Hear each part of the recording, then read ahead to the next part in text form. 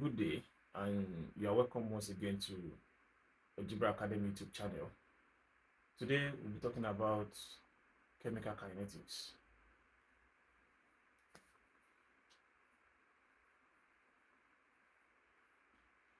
We have this particular topic in physical chemistry, and particularly for University of Learning students, you'll find it in your chemistry 101, and it is one of the popular topics in chemistry 101, which students always anticipate for. Now, when we talk about chemical kinetics, there are a lot of factors that it depends on, which if student does not understand, then they can find it very, very difficult. One of what it depends on is your stoichiometry. As I've always said, that there are some topics in chemistry that they serve as prerequisite for other topics, which if you don't really understand those topics, you will find it very difficult going further into other topics. Now, just watch this video clearly and listen to every details. Pay attention to details of what I'll be revealing in this particular video. Then you find chemical kinetics very, very easy. Now, chemical kinetics.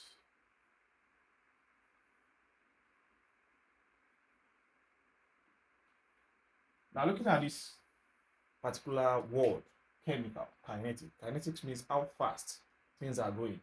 Why chemical refer to chemical substances? Unlike your chemical equilibrium, where we will study the direction in which the equilibrium constant and the equilibrium proceed. Does the equilibrium proceed in the forward direction to the forward reaction, or it proceed in the backward direction? In this, we are learning how fast are the reactions going. And to learn how fast reaction going, it depends on a lot of factors, which we can list out as number one, concentration. Number two, we have pressure. We have temperature. We have catalysts. We have nature of reactant.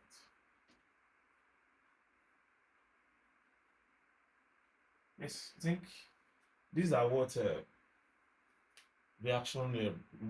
chemical kinetics depends on. These are what chemical kinetics depends on, or you call it reaction rates. Now, how fast reaction goes depends on concentration. Of course, if you increase concentration of reactants, the rate of reaction also increases. That's just automatic. If you increase the pressure, the rate of reaction increases. If you increase temperature, the rate of reaction increases. If you add catalyst to a reaction, it speeds up the rate of chemical reaction. And for nature of reactants, the phase at which the reactants are, the phase of the reactant also plays a long role in how fast reaction goes. And talking about nature of reactants, when you have reactants in gaseous form, the reaction is faster than when you have in liquid form, and the slowest in when you have them in solid form. So these factors are what determines how fast reactions proceeds. Now, let's pick concentration first. But before I go to concentration, let me quickly summarize that of temperature. For every 10 degrees C, increase in temperature, rate of reaction doubles. For every 10 degrees C increase in temperature, the rate of reaction doubles. That is just about temperature. Now, for concentration, now let me just digress a bit, because I've received messages from students from other universities that why is my video always centered on University of Learning students. I'd like to tell you that our subscribers, predominantly, they are University of Learning students. So it is just best for us to bring in something that will, benefit whatever University of Learning is passing, like whatever their students are finding very difficult. So that is why most of the time we always relate our examples and topics that serves as tough time for University of Learning students that we will bring on here to discuss, because our predominant subscribers are Unilorite. So apologies for that. So even in this topic, majority of what I'll be discussing will be in line with University of Learning's standard And as a matter of fact, I'm a graduate of Unilorin, so what do you expect? So now, this topic for Unilorin students, this topic, you will be studying concentration, basically, effect of concentration on chemical kinetics. Although others too will be discussed, but this will be more pronounced than the rest. So that is why this video will be centered on effect of concentration. I've already explained that of temperature. So it will be centered on effect of concentration on chemical kinetics. Now, concentration. Let's bring that concentration below. Concentration.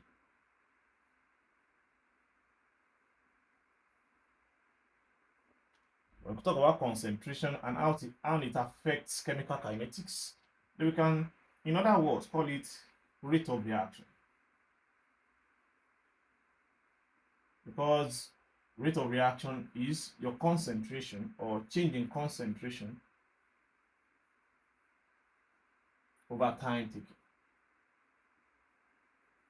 That means we are increasing our concentration of reactants.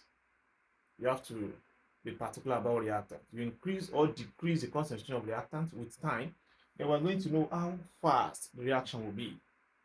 So that means if we increase concentration, like I said, generally, when concentration is increased, it is expected that rate of reaction also increases, but not at all times. So what are those times when you increase concentration, rate of reaction either decrease or not increase or remain the same? That will lead us to order of reaction.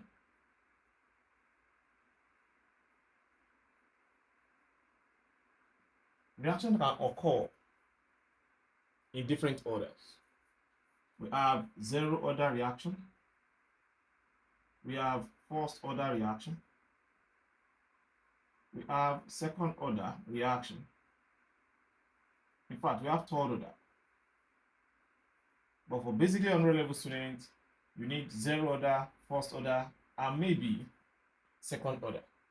So not to have too much of talks, we'll confine ourselves to zero order, first order, and second order alone, as far as this topic is concerned. So what happens when you increase concentration of a zero order reaction? What happens when you increase concentration of first order reaction? And what happens when you increase concentration of second order reaction? Now, let's look at this hypothetical reaction. A plus BB to give C, capital letter C, plus D, capital letter D. If one is asked that, can you write the rate law or rate equation for this balanced chemical equation? Rate equation are written in this way. R is equals to K. Your K represents rate constant into the concentration. This square bracket represents concentration of reactants. Raised to power the order. This is how to write rate equation. The rate is equals to K into square bracket. This square bracket means concentration. That means K multiplied by the concentration of reactant raised to power the order. So if we are going to write for this equation now, then it's going to be in this form to follow the same manner. R is equals to K A, because A is one of the reactants, raised to power X, and B, because the two reactants we have are both A and B, B raised to power Y. I need to start asking, because you are expecting me to write small letter A here and small letter B here, Abi? That is what you're expecting me to do. You're expecting me to put small letter A here and small letter B here. No, because rate of reaction, or order of reaction rather, order of reaction can never be determined stoichiometrically. You can see I'm writing with a red pen for you to know it is very, very important. Order of reaction can never be determined stoichiometrically. It means you cannot look at a stoichiometric reaction like this and know the order of reaction. No. Order of reaction are only known experimentally, but rather experimentally.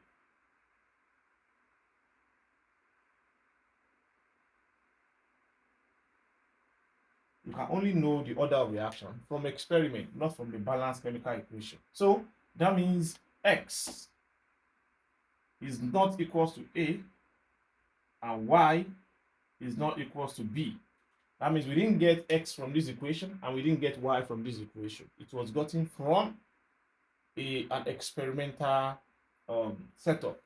So it means for you to approach questions on rate of reaction or calculations, the order of reaction must be given. And if it is not given, then something else must be given. And that something else is your rate constant.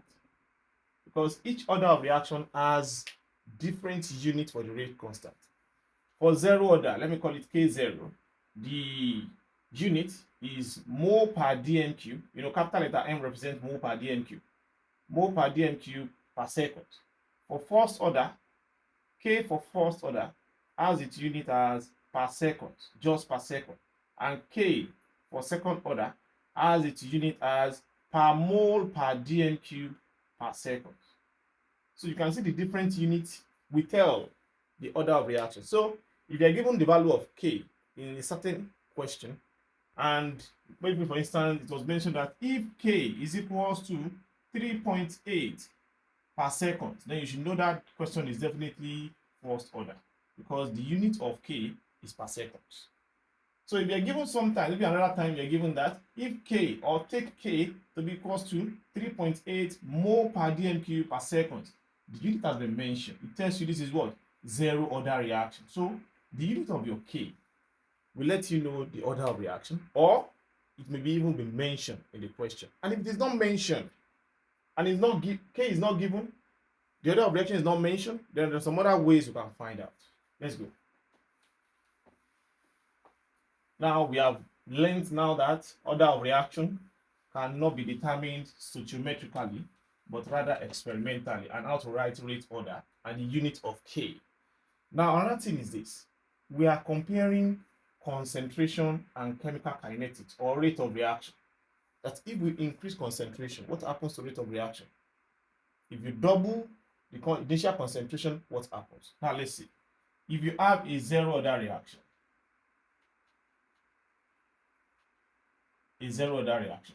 which you have the initial concentration A naught to be equals to 2 molar or 2 mole per dm cube, and the final concentration, which is AT, maybe in another time that we don't know, AT to be equals to 4 molar. You can see 2 to 4, it has been doubled. What happens to the rate? We have earlier said to write rate, R will be equals to K concentration of A raised to power 0, because we are talking about zero order. So it means we can rewrite this A. Since A was 2 initially raised to power 0, everything here will be equals to 1. Let's leave K because it's a constant. Now, this is the rate for initial concentration. What if it is now doubled? Then it becomes R equals K 4 raised to power 0, because our concentration now is 4. Everything is also equals to 1. This is to tell you that if the initial concentration of a zero order reaction is doubled, the rate remains constant. You can see when it was 2, it was 1. When it was 4, it was 1. Even if we increase further, it will still remain 1. That is to tell you that the rate of a zero order reaction does not depend on initial concentration. The rate of a zero order reaction does not depend on initial concentration. Now, that is for zero order. No matter how you increase the concentration, the rate will remain the same. And you have a graph like this. If you plot rate against concentration, you're going to have a graph that goes straight. Because if you have 0, you have 1, you have 2. You have 0, you have 1, you have 2. Now, you're looking at it that when you increase from 0 to 1, the rate is 2.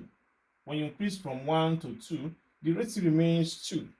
That means the rate will not change even if you increase the concentration. That is what this graph is telling you. You can see we have a graph that is going straight, a straight line graph. Now, for a first order reaction,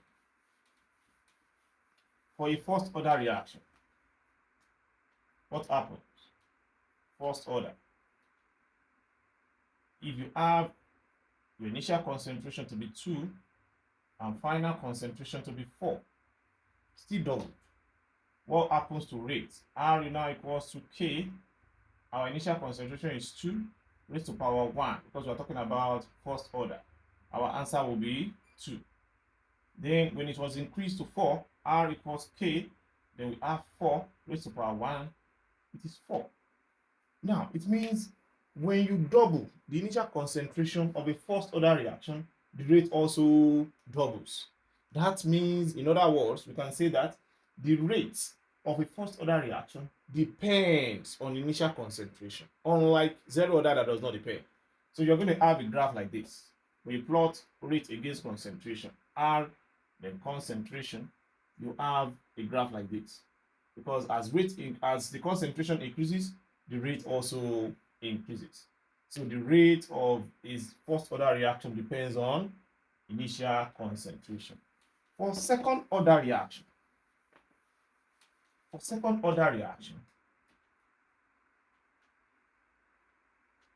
order, if you have your A naught equals to 2, similarly, and you have your final concentration to be equals to 4.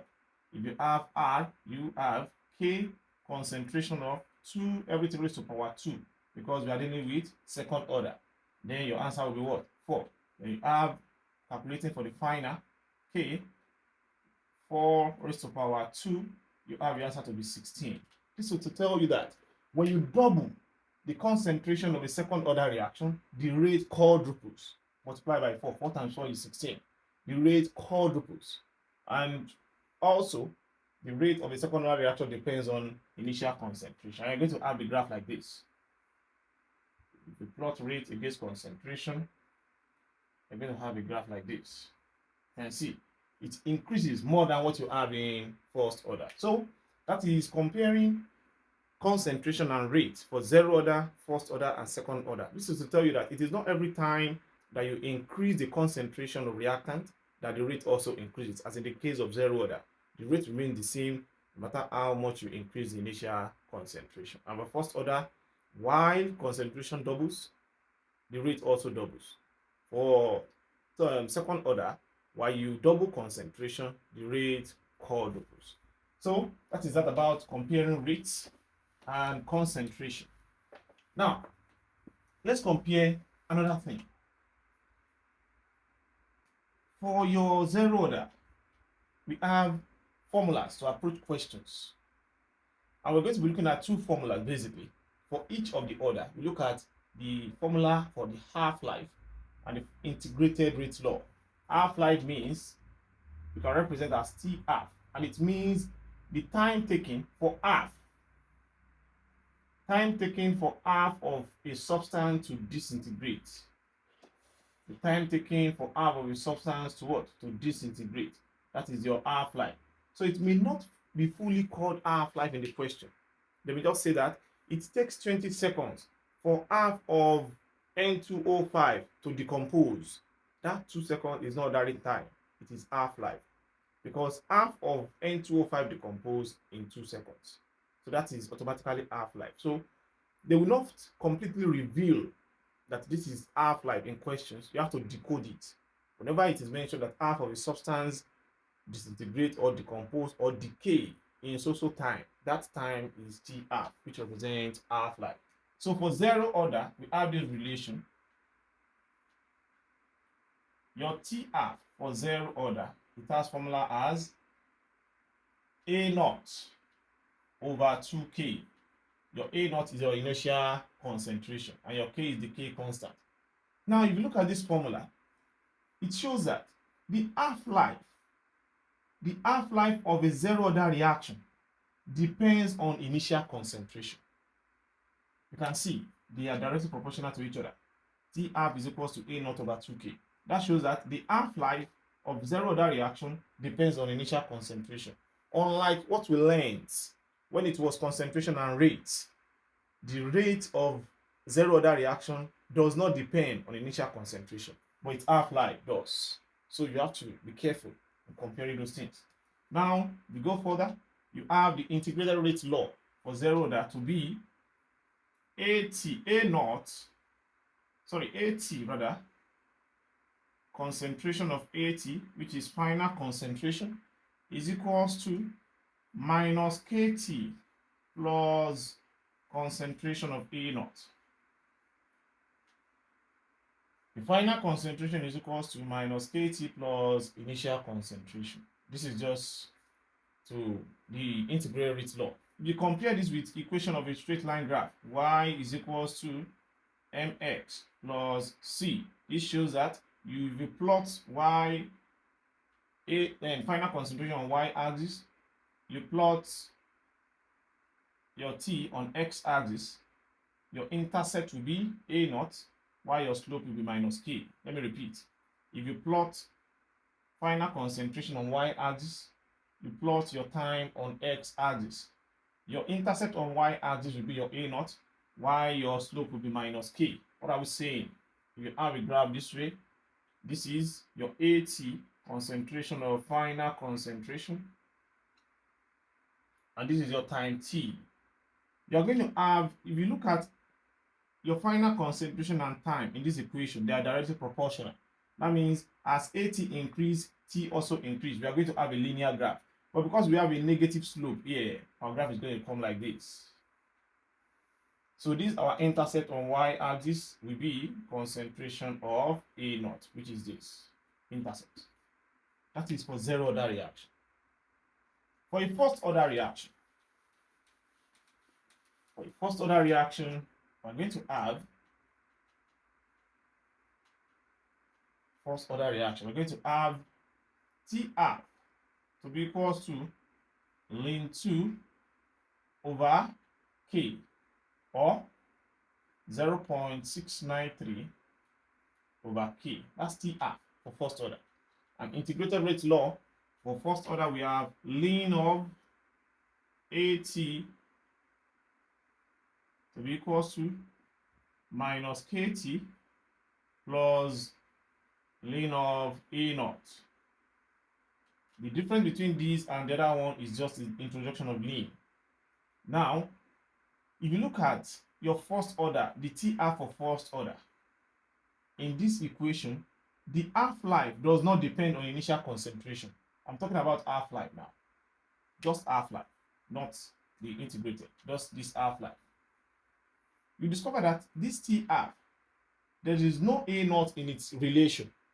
That means the half-life of a first order reaction does not depend on initial concentration. This is in contrary with when we compared initial concentration and rate earlier, that the rate of a first order reaction depends on initial concentration. But now the half-life of a first order reaction does not depend on initial concentration. So please don't mix it up. So this is what we have for the half-life and the integral rate law. So we're going to have our graph like this. You can see you have y equals mx plus c.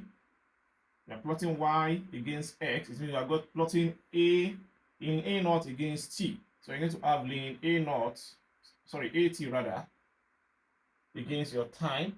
They are both directly proportional to each other. So we are going to have a straight line graph as well, but we have a negative slope. So it's going to come this way, just like the first, the zero order.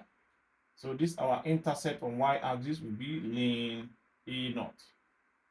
This is a graph for a first order reaction, plotting ln AT against time. Now for a second order reaction,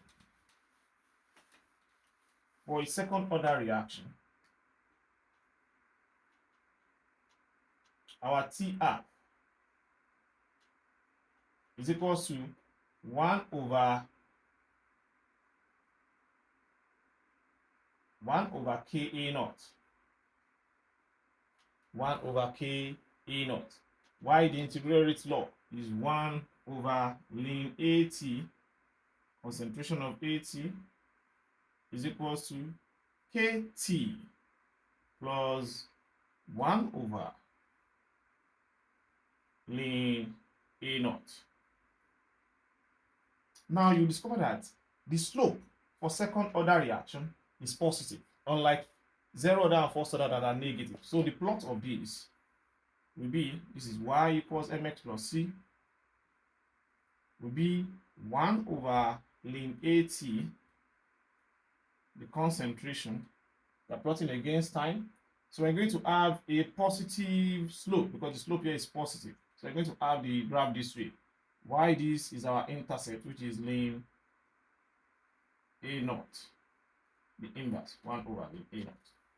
So this is what we have for zero order, first order, and second order, the integral rate law and the relation for half-life. So I forgot to give you one formula for first order. It's not the integral rate law though, but another formula that is very useful for first order.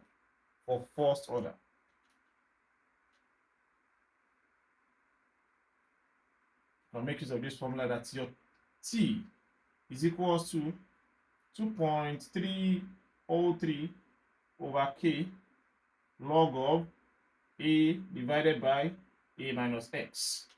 Let's define the terms. Our T is time, not half-life, normal time. K is rate constant.